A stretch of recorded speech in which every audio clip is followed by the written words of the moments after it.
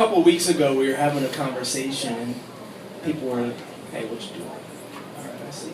People, they get confused about this thing, and then they wonder why we have these like radical, weird Christian people.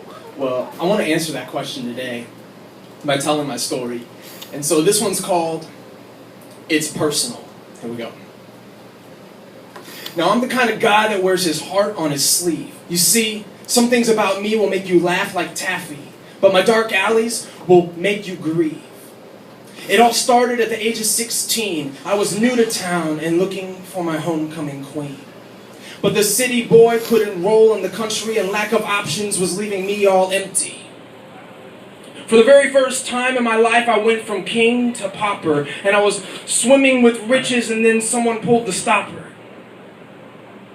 But I did what I always did. I ran, and then I ran some more. It didn't matter if it was 2 a.m, the torment was only silent when my feet hit the floor, and my mind wouldn't quit spinning like hurricane heavy storming. So I ran. I could have done worse. I could have drowned my demons in substance and let it take its course. So I ran like I always did, and just for a while my problems were all hid. Hidden from me, but never ceasing to be.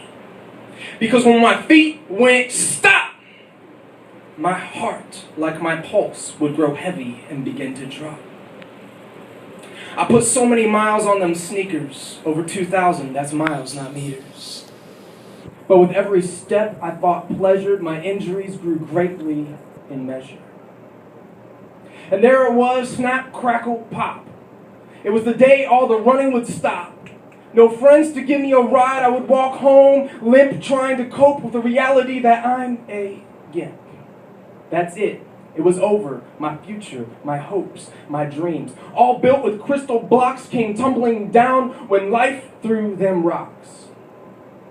Tail between my legs, I gave in to all the begs. You see, I did have one friend, and the talk about faith, he wouldn't let it be. I was all like, I believe in God. And he was like, but God believes in you. The last thing I wanted to do was be absurd and hang out with a big bunch of Christian nerds. So I declined every invitation and reminded him that I wasn't really all for religious probation. He was taking me home one day and he put in a CD. He said, listen to track 3, bro. The music rocked my senses and I let down my defenses. Who's this? I asked. That's one of the bands you're going to see tonight, and I won't let you miss. Now, this was a cool thing. Like me. Right? I made some friends that night, and when I found out they were Christians, I was like, yeah, right. They were cool and casual and accepting, and they brought this pauper back into a king. I became one of them, and this new confidence began to stem.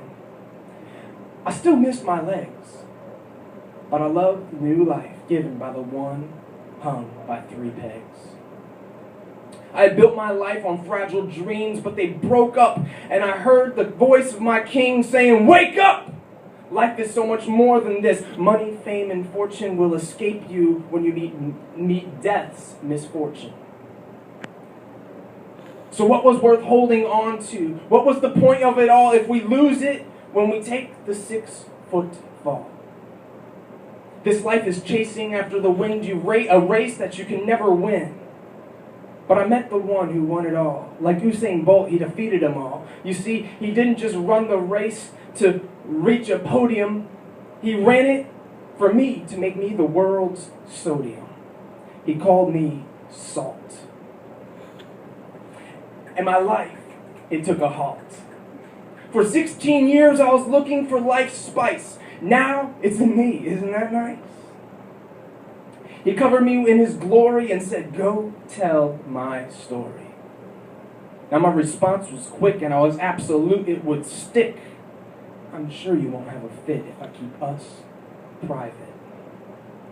In that moment, a whirlwind twisted my pride. And he said, there is nothing to hide. I was publicly humiliated, brutaliated in front of all those who trusted me, and my friends became unaffiliated.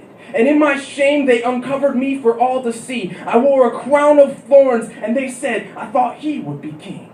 I guess we were wrong.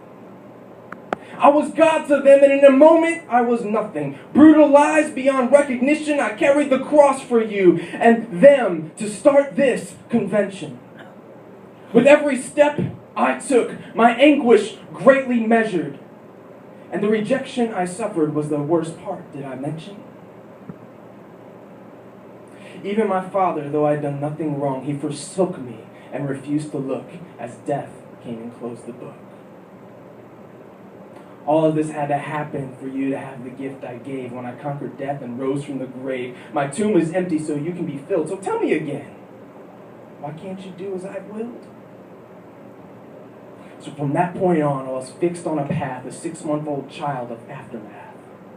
This faith cannot be held inside 4 walls. It's burning for us to tell them all. I wear my life on my sleeve, but this Christ, he lives through me. He is my whole covering. So if you ask me to be different on the outside than within, like reversible, I'll tell you, it ain't private, it's personal.